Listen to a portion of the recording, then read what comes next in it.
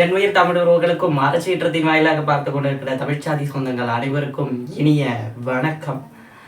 இன்றைய காணொளி, தமிழ்நாட்டில் காவேரி உரிமைக்காக பல கட்சிகள் போராடி கொண்டிருக்கு. தண்ணியை நம்ம மீள பெறணும். டெல்டா மாவட்டமாக இருக்கக்கூடிய தஞ்சை, திருவாரூர், நாகப்பட்டினம் இவங்கெல்லாம் இருபோகம் விளைவிக்கக்கூடிய விவசாயிகள் வாழக்கூடிய பூமி டெல்டா பூமி. இந்த டெல்டா மக்களுக்கு காவேரி நீர் என்பது உயிர் மூச்சா இருக்கு. ஏன்னா அவங்க விவசாயம் பண்ணால் நீர் ரொம்ப அவசியம். அது காவேரி நீர். அதை பற்றி போராடிக்கிட்டு இருக்கு. காவேரி நீரை மீட்பதற்காக போராடிட்டு இருக்கு. மேகதாது அணை கட்டக்கூடாதுன்னு நம்ம வலியுறுத்திட்டு இருக்கோம். இதுக்கு இடையில ஒரு கேடு கட்ட கட்சி, பாசிச கட்சி, பாஜக கட்சி காவேரியில தமிழ்நாட்டுக்கு தண்ணி தரக்கூடாது அப்படின்னு போராடி கொண்டிருக்கு ஒரு இடத்துல. இதை எதிர்த்து அண்ணன் நயினார் நாகேந்திரன்லாம் ஒண்ணுமே ஆள் எங்க போனாரு? அண்ணன் நயினார் நாகேந்திரன் கண்ணில் படும் வரை ஷேர் செய்யும். பாஜக காவேரி நீர் தரக்கூடாதுன்னு போராடுது. தமிழ்நாட்டில் உள்ள அண்ணன் நயினார் நாகேந்திரன்லாம் எங்க போனாங்க? அதை பற்றியும் அரசியல் புரட்சிக்கு இளைஞர்கள் வித்திடப்பட வேண்டும், அரசியல் கற்றுக்கொள்ளணும் அப்படிங்கிற கோட்பாட்டை முன்வைத்து நாம் தமிழர் கட்சி நிற்குது. அப்படிப்பட்ட புரட்சிகர கட்சியில புதியதோர் தேசத்தை உருவாக்கணுங்கிற ஒரு கனவோடு இருக்கிற கட்சியில புதிய உறவுகள் இணையும் விழா நடக்க இருக்கு. அதை பத்தி இந்த காணொலியில் நம்ம முழுசா பேச போறோம். அதையும் தாண்டி எதை கேட்டாலும் சிரித்து மழுப்பக்கூடிய நம்முடைய நீர்வளத்துறை அமைச்சர் புசி ஆனந்த பத்தியும் புழக்க போறோம் அப்படின்னு சொல்லி இந்த காணொலியை ஆரம்பிக்கிறோம். அதுக்கு முன்னாடி லைக், ஷேர், கமெண்ட் பண்ணி சப்ஸ்கிரைப் பண்ணி இந்த காணொலியை வலிமைப்படுத்துங்க. என்னையும் வலிமைப்படுத்தி இந்த களத்தில் ஓடச்சிங்க. ஆக மொத்தம் ஒரு 800 சப்ஸ்கிரைபர் இருக்கீங்க. பார்க்குறது ரொம்ப கம்மி. இன்ஸ்டாகிராமில் நம்ம ஷார்ட்ஸ் கட் பண்ணி போடுறோம், அதெல்லாம் ஓகே. ஆனால் பார்க்குறதுங்கிறது ரொம்ப கம்மியாக இருக்குது. கொஞ்சம் இன்னும் என்னை வலிமைப்படுத்துனீங்கன்னா நான் இன்னும் மகிழ்ச்சியாக அந்த களத்தில் ஓடுவேன். தமிழ் தேசியம் அப்படிங்கிற ஒரு உயர்ந்த கனவோடு நாம் தமிழ் கட்சி நிற்கிது. மற்ற கட்சிகள்லாம் ஒரு கொள்கையை பிடிச்சு தான் நின்றுச்சு. திமுகவாக இருக்கட்டும் ஒரு திராவிடம்ங்கிற கொள்கை நிற்கிது. அதிமுகனா அதுலேருந்து புரிஞ்சு திராவிடம்ங்கிற ஒரு கொள்கை நிற்கிது. பாஜகவா, காங்கிரஸா, ஒவ்வொன்றும் கம்யூனிஸ்டா எல்லாமே ஒரு கொள்கையை பிடிச்சு நிற்கிது. கொள்கைன்னா என்னன்னே தெரியாத ஒரு கட்சியும் இப்போ ஆட்சி ஆண்டுகிட்டு இருக்கு. அதில் நம்ம வரல. அப்படிப்பட்ட கட்சிகளுக்கு மத்தியில் உயர்ந்த கொள்கையும் உயர்ந்த கனவோடும் பெரிதும் ஒரு கொள்கையை பிடித்து நிற்கக்கூடிய ஒரு கட்சி நாம் தமிழர் கட்சி. உனக்கு ஒரே ஒரு பெரியார் தான், எனக்கு என் முன்னவர்கள் எல்லாம் பெரியார்னு இங்கே இந்த நாட்டில் போராடிய தமிழ் சொந்தங்கள் என்னுடைய பெரியார்கள்னு ஏற்று நின்றுகிட்டு இருக்கோம். புரட்சியாளர்களை பற்றி பேசுகிறோம், மாவீரர்களை பற்றி பேசுகிறோம். இந்த களத்தில் தொடர்ந்து வரலாற்றை முன் வச்சு பேசிக்கிட்டு இருக்கோம். வரலாற்றை மட்டுமா முன் வைக்கிறோம்னா கிடையாது. மண்ணுக்கான பிரச்சனையை, மக்களுக்கான பிரச்சனையை பேசுது. அதையும் தாண்டி இந்த மண்ணில் வாழ்ந்து மறைந்த புரட்சியாளர்களையும் மேதைகளை மறந்துடக்கூடாது. அவர்கள்லாம் நம்முடைய முன்னோர்கள். அதற்கு முன் பல பேர் இருந்திருக்காங்க, தியாகிகள் இருந்திருக்காங்க, போராட்ட வீரர்கள் இருந்திருக்காங்க, போராட்டத்தில் உயிர் நீத்த மாபெரும் தலைவர்கள் இருந்திருக்காங்க. இன்று போராடக்கூடிய காவேரி உரிமையில கூட இருந்த மாவீரர்கள் நிறைய பேர் இருக்காங்க. அதுல நம்முடைய அண்ணன் விக்னேஷ் அவர்கள் கூட அதுல இருக்காங்க. அப்படிப்பட்ட யாரையும் நம்ம இப்போ வரை மறக்காம இருக்கோம்னா அதுக்கு ஒரு அடிக்கல் நாட்டியது நாம் தமிழர் கட்சி. அப்படிப்பட்ட ஒரு புதியதோர் தேசத்தை உருவாக்கணும்னு கட்டமைப்பு கொண்ட நாம் தமிழர் கட்சியில பல பேர் இணைய இருக்கிறாங்க. அது எல்லாருமே உறுப்பினர்கிட்ட ஆன்லைன் மூலியமாக போடுவாங்க. தொடர்ந்து அந்த மாதிரி இருந்துச்சு. நாம் தமிழர் கட்சியோட தலைமை ஒருங்கிணைப்பாளர் செந்தமிழன் சீமானுடைய கையில வாங்குறது. ஏன்னா அவரை பார்க்கணும்னு நிறைய பேர் ஆசைப்படுவாங்க. எல்லாருக்குமே அந்த ஆசை இருக்கு. அப்படி அவர் கையாலேயே அது வாங்கலாம். அவர்கள் அவருடைய பொறுப்பையும் கடமையும் உணர்ந்து இந்த களத்துல செயல்பட இருக்காங்க. அதையும் தாண்டி நாம் தமிழர் கட்சியுடைய தலைமை ஒருங்கிணைப்பாளர் பிரியப்பா சீமானவர்கள் என்ன பேச போகிறார் அப்படிங்கிறத பார்க்க போற களமா அந்த களம் இருக்கும். ஏன்னா இத்தனை மேடைகள்ல பேசுனது வேற. பொதுக்கூட்டங்களா இருக்கலாம், ஆர்ப்பாட்டம் இருக்கலாம், பொதுக்கூட்டங்கள்ல பேசியிருக்கலாம், போராட்ட களத்துல பேசியிருக்கலாம், ஆடுகள் மாநாடு, தண்ணீர்ல இருந்து, மலைகள்ல இருந்து, கடல்ல இருந்து, மாற்றத்தை விரும்பும் மக்களின் மாநாடு வரைக்கும் அத்தனை மாநாடுகள்ல பேசி இருக்கிற பேச்சுரைகளை தாண்டி இந்த புதியதோர் தேசத்தை உருவாக்கணுங்கிற ஒரு கட்சியில புதிதா இணையக்கூடிய உறவுகளுக்கும், மாற்று கட்சியிலிருந்து இணையக்கூடிய உறவுகளுக்கும் பேசக்கூடிய கருத்து எப்படி இருக்கும் அப்படிங்கிறத பார்க்க ரொம்ப ஆவலா இருக்கும் நாம் தமிழ் சொல்லு. அதையும் தாண்டி வரப்போகிற இளைஞர்களை எப்படி நாம் தமிழ் கட்சி கையாள போகுது, தமிழ் தேசியம் ஏன் இந்த நாட்டை ஆளணும் அப்படின்னு எல்லாத்தையும் ஏற்கனவே பெரியப்பா பேசிட்டேன். இந்த கருத்துரையிலையும் பேச போகிறார். அதனால் எழுச்சி உரையை பேசி இதை தலைமை தாங்க பெரிய சீமானவர்களே வரார். அதனால் எல்லோரும் வாங்க, நாம் தமிழ் உறவுகள் எல்லாருமே வாங்க. வர ஞாயிற்றுக்கிழமை 2/8/26 ஞாயிற்றுக்கிழமை காலை 10 மணிக்கு எங்கே நடக்குதுன்னா, நான் பல்லாவரத்தில் சிவந்தி ஆதித்தனார் திருமண மாளிகையில் நடக்கிறதுக்கு எல்லாருமே வாங்க. அது எங்கே இருக்குன்னா பொன்னியம்மன் கோயில் அருகில் இருக்குது. நீங்கள் பொன்னியம்மன் கோயில் வந்துட்டிங்கனாலே பார்க்க முடியும். தெரிஞ்சுக்கிட்டு அனைத்து உறவுகளும் வரணும். புதிதாக இணைய இருக்கிறீங்க, நீங்கள் விரும்புகிறீங்கன்னா உங்களுடைய இணையதளத்திலேயே அதுக்கான வாய்ப்பு இருக்குது. நீங்கள் அதில் இணைஞ்சு பெரியப்பா சீமானவருடைய கையால் உறுப்பினர் அட்டை வாங்குறதுக்கான வாய்ப்பு அங்கே கிடைக்கும். உறுப்பினராக இன்று இணைந்தவர்கள் முன்னாடியே இணைஞ்சிருப்பீங்க, பல உறவுகள் பொறுப்பாளராக இருப்பீங்க. அப்புறம் எல்லாருமே வரணும். ஏன்னா இளைஞர்கள் மத்தியில் நம்ம அரசியல் விதிக்க வேண்டிய கடமை நாம் தமிழ் கட்சி இருக்கு. ஏன்னா ஒரு புரட்சிகர அரசியலை முன் வச்சு நிற்கிறோம். மாது போதை எதுவுமே இல்லாததும், பசி பஞ்சம் கொலை கொள்ளை அடக்குமுறை ஒடுக்குமுறை சாதி இழிவு பெண்ணிய தீண்டாமை இப்படின்னு எதுவுமே இல்லாத ஒரு புதியதோர் தேசத்தை உருவாக்கணும் ஒரு கனவோடு நிற்கிறோம் நம்ம.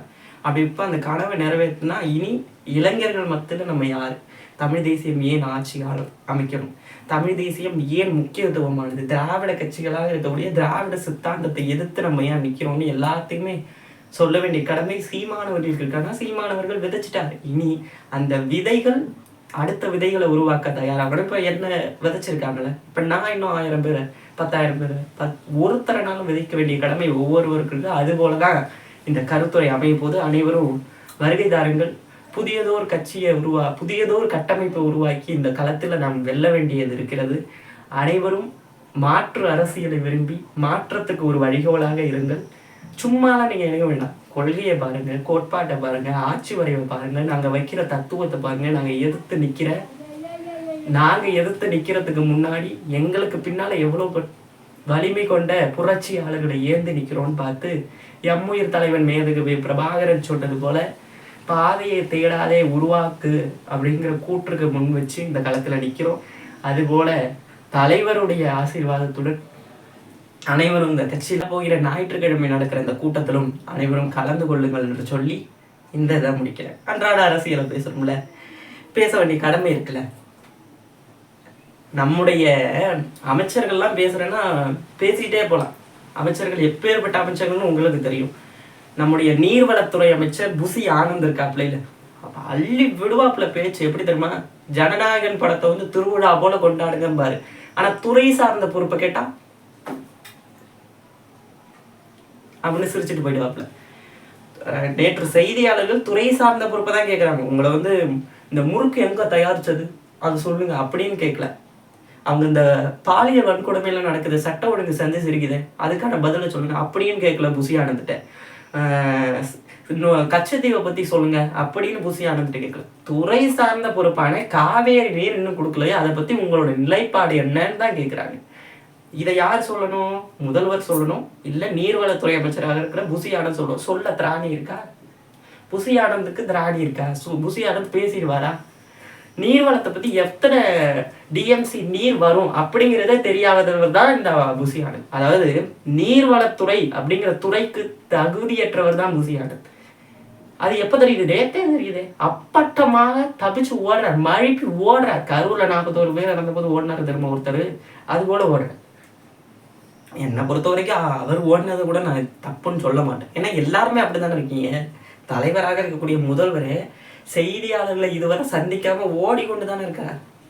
அப்படி இருக்க புசி ஆனந்த் ஓடுறது தப்பு இல்லை, புசி ஆனந்த் செய்தியாளரை சந்திச்சு பேசாத தப்பு இல்லை. அவர்னாலும் விஜய் அவர்கள் கூட ட்விட்டர்ல ஏதாச்சும் எழுதுறாரு, அரசியல் பண்ணிட்டு இருக்காரு, சம்பிரதாய ட்விட்டர் அரசியல், சம்பிரதாய கடித அரசியல்லாம் பண்ண மாட்டேன்னு அதை பண்றாரு செய்தியாளர் சந்திக்காம. ஆனா புசி ஆனந்த் அதை கூட பண்ணல. துறை சார்ந்த பொறுப்பை பேச தகுதியற்ற பக்கற்றவர் தான் இந்த புசி ஆனந்த். வெறும் ஜனநாயகன் படத்தை திருவிழா போல கொண்டாடுங்கன்னு அன்னைக்கு சொன்னீங்களா இல்லையா சார்? நீங்க சொன்னீங்களா இல்லையா? அதுக்கு வாய் தக்க வக்கு இருக்கு தமிழ்நாடு அமைச்சராக இருக்கக்கூடிய திரு புசி ஆனந்துக்கு. ஆனா தனது துறை சார்ந்த பொறுப்பை கேட்டா பேச வக்கு இல்லை. உங்களாம் எப்படி மரியாதையோட மாண்பு மிகு அப்படின்னு நடத்தணுமா? இந்த புசி ஆனந்த் போன்ற அமைச்சர்கள்லாம் ஆட்சியாள வச்சது யாரு? மக்கள். அனுபவிங்க. இந்த 5 வருஷம் உங்களுக்கு காவேரி நீர் இல்லை, ஒரு கலர மிட்டாய் கூட கிடைக்காது. அப்படிப்பட்ட ஆட்சியாக இது அமையும். இன்னைக்கு எழுதி வச்சுக்கோங்க, திமுக போல அதிமுக போல இல்லாத அதை விட கேவலமான கேடுகட்ட ஆட்சியாக இந்த ஆட்சி அமையும். 6 மாசம் கேள்வி கேட்காதீங்கன்னாருல, 6 மாசம் திசை வழி போக்க தான் பேசுறோம். திசை வழி போக்க எவ்வளவு கேடு கட்டதா இருக்குன்னு நீங்களே பார்த்துக்கு. அதனால புசி ஆனந்த தப்பு சொல்ல முடியாது. அவர் துறை சார்ந்தெல்லாம் பேச மாட்டாரு. அதனால காவேரி நீரும் வராது, மேகதாது அணையை கட்டுவாங்க, அதுக்கும் புசி ஆனந்த் அப்படின்னு சிரிச்சுட்டு போவாரு தவிர அவர்கிட்ட ஒண்ணுமே தெரியாது. அதனால அவர் பேச மாட்டார். இப்படிப்பட்ட அமைச்சர்களை உருவாக்குறது யார்? மக்கள். ஆனா நாம் தமிழர் கட்சி ஒரு பக்கம் பின்னாடி திருப்பி பாருங்க, நீர்வளம், நிலவளம், காட்டு வளம், கனிம வளம், அத்தனை வளர்ப்பான ஐடியாலேயே நாம் தமிழர் கட்சி வச்சு பேசுனுச்ச. வீடியோ போட்டு ஒருத்தர் பேசுறாரு, குரல் இல்லைனாலும் பேசுனார், குரல் இல்லாம வேதாரண்யம் பரப்புரை கூட்டத்துல பேசுறாரு. இப்படி ஒவ்வொன்றும் அடுக்கடுக்கா பிரிச்சு மேய்ஞ்சு பேசிக்கிட்டு இருக்கிறார். அப்படிப்பட்ட ஒரு மகத்தான மக்கள் தலைவனை ஆட்சியில் அமர வைக்கல, சட்டமன்றம் அனுப்பலை. அப்போ நீர்வளத்தை பற்றி நீங்கள் பேசலைன்னா கூட கவலைப்பட வேண்டாம் மக்களை, நீங்கள் தான் கவலைப்படணும், நாங்கள் கவலைப்பட தேவையில்லை. அதனால் கேள்வி கேட்க வேண்டியது எங்களுடைய உரிமை. புசி ஆனந்த் ஒரு வக்கற்றவர், தனது துறை சார்ந்த கேள்விகளுக்கு பதில் சொல்ல பயந்து ஓடக்கூடிய வேணான்னு நினைக்கிற அந்த வார்த்தையை சொல்ல. அதே போல் இந்த ஐடியாவெல்லாம் யாருப்பா அவங்களுக்குலாம் தருது? அதுக்குன்னு ஒரு 17 பேர் கொண்ட டீம் இருக்குது சார் அப்படின்னு சொல்லுவாங்கள்ல இந்த ஃப்ரேம் போடுறதுக்கு. அதுபோல் கர்நாடகா செல்லும் தமிழ்நாடு முதல்வர் திரு விஜய் அவர்கள் அப்படின்னு ஒரு நியூஸ் ஓடிட்டு இருக்கு. அவர் போகிறாரு போகலை அது வேறு விஷயம். நீ போவாட்டி போ, ஏதோ போனால் என்ன பண்ண போகிறீங்க? போய் 4 ஃப்ளைட்டில் ஏறினீங்கன்னா ஒரு ரீல்ஸ், அங்கே போய்ட்டு காரில் எட்டு சத்தம் இல்லாமல் சம்பவம் செஞ்சேன் பற்றியான ரூட் மாஃபியா பரப்போம். ஆனால் அவர் சும்மா காய கட்டு வந்திருப்பாரு. அப்படின்னு நினைப்போட முதல்வர் விஜய் அவர்கள் கர்நாடகா செல்கிறதாக இருக்குன்னு வச்சுக்கோங்களேன். கர்நாடகா செல்றாரு விஜய். அங்கே இன்னைக்கு டி.கே. சிவகுமார் சொல்றாரு, இங்கே பதற்றமான சூழ்நிலை இருக்கு, நீ வந்துடாத அப்படின்னு அவர் ஒரு பக்கம் பேட்டி கொடுத்துட்டு இருக்காரு. கர்நாடகாவுக்கு தமிழ்நாடு முதல்வர் உரிய சூழ்நிலையில நாங்கள் கூப்பிடுறோம், நீங்க இப்போ வந்தீங்கன்னா ஏதாச்சும் ஆயிடும், பதற்றமான சூழ்நிலை நிலவுதுங்கிறாங்க. அதெல்லாம் நீங்கள் பார்த்துருப்பீங்க என்னென்ன சூழ்நிலை அப்படின்லாம். நான் கேட்குறேன், முதல்வருக்கு அடிப்படை அறிவு இருக்குல்ல, சரி அவருக்கு இல்லைன்னாலும் விட்டுருங்களேன், ஜான ஆரோக்கியசாமிக்கு இருக்கும். அரசியல் ஆலோசகராக இருந்த ஜோசியர், அவருக்கு ரத்தன் பண்டித்துக்கிறதுக்கெல்லாம் அந்நியா எல்லாத்துக்கும் செய்தியாளர் இவர் சந்திக்க மாட்டார், இதுக்கு இவர் பதில் சொல்ல மாட்டார். நம்முடைய அமைச்சர் ஆதவ் அர்ஜுனா பேசுவார், சட்டமன்றத்தை கூட ராஜ்மோகன் தான் பேசுவார். அப்படிப்பட்ட ஆளுமைகள்லாம் இருக்கக்கூடிய கட்சியில் அவங்கெல்லாம் சொல்லலையா? கர்நாடகா எதுக்குங்க சொல்லணும்? காவேரி தண்ணி அவன் கொடுக்கல, அவன் செருப்பால அடிக்கிறான். 100 விஜய் வந்தாலும் நான் மேகதாது கட்டுவேன், 100 விஜய் வந்தாலும் நான் தண்ணி தர மாட்டேன் போங்கிறான். ஆனால் இவர் இன்னும் அங்கே கெஞ்சறதுக்கு போயிட்டு இருக்காரு. கெஞ்சாம நேராக உயர் நீதிமன்றம் சொல்ல வேண்டியதுனா இல்லை உச்ச நீதிமன்றம் சொல்ல, எங்கேயோ போங்கலைங்க. உச்ச நீதிமன்றம் நீங்கள் எதுக்கு போறீங்க? கரூரில் 41 பேர் உங்களை பார்க்க வந்து இறந்து போனதுக்கு அரசு பணி கொடுத்தது எதிர்த்து நாம் தமிழ் கட்சி வழக்கு போட்டு வென்று இருக்கு, அரசு பணியை ரத்து செஞ்சிருக்காங்க. அதை எதிர்த்து போறீங்கல்ல, உங்களுக்கு ஒரு வழினா போறீங்களே. இப்பயும் சொல்றேன், கரூர் மக்களே, அவர் 41 பேர் இறந்ததுக்கு அரசு படியை அரசாணையை கொடுத்தது அப்பட்டமான வாக்கு பிச்சை. வாக்கு எடுக்க உங்கள்கிட்ட ஓட்டுவாங்க மட்டும்தான். உங்களுக்கு மட்டும் எம்ஆர் விஜயபாஸ்கர் ரிசைன் பண்ணாமல் இருந்தாருன்னா அரசு படியும் கிடையாது, அரசாணையும் கிடையாது, உங்க மேலே கருணையும் இருந்திருக்காரு. அதுக்கு மேல்முறையீட்டுக்கு போறீங்கல்ல. ஏன்? காவேரி உரிமை மீட்புக்காகவும் காவேரி தண்ணியை கொண்டு வரதுக்காக இப்போ வரைக்கும் உச்ச நீதிமன்றத்துக்கு உரிமை மீட்க, காவேரி நீரை மீட்க மேல்முறையீடு சொல்லலை.